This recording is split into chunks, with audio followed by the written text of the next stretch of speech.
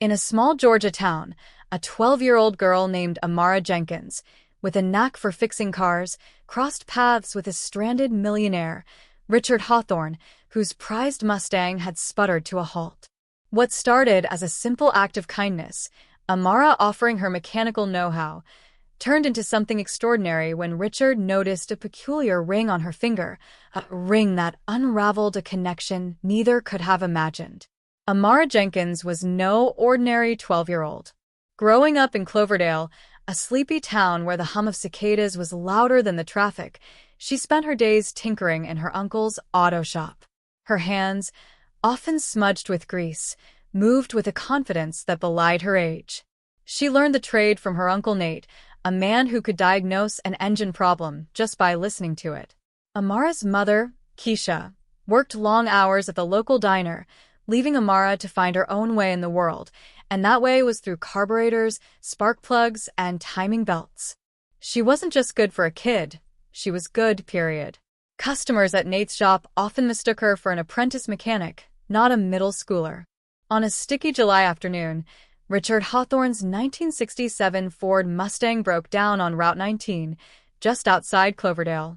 Richard was not a local.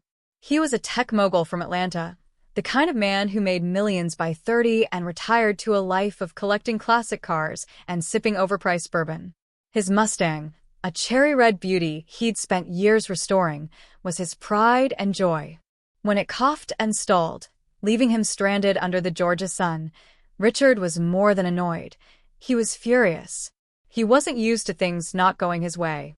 He stood by the car, phone in hand, trying to get a signal to call for a tow, but Cloverdale's spotty reception mocked him. Amara was riding her bike along Route 19, a habit she'd picked up to clear her head after a morning in the shop. She spotted the Mustang first, its sleek lines gleaming despite the dust kicked up from the road. Then she saw Richard, pacing and muttering, his tailored shirt sticking to his back. Amara slowed her bike, curious. Most folks around here drove pickups or sensible sedans, not vintage muscle cars. She pedaled closer, her sneakers kicking up gravel. "You need help, mister?" she called out, her voice steady but polite. Richard glanced over, surprised to see a kid, a black girl with braided pigtails, wearing a faded t-shirt and cargo shorts, offering assistance. He waved her off. "I'm fine, kid. Waiting for a tow." Amara tilted her head, eyeing the Mustang. "Don't look like you're fine. That's a '67 Mustang, right?" What?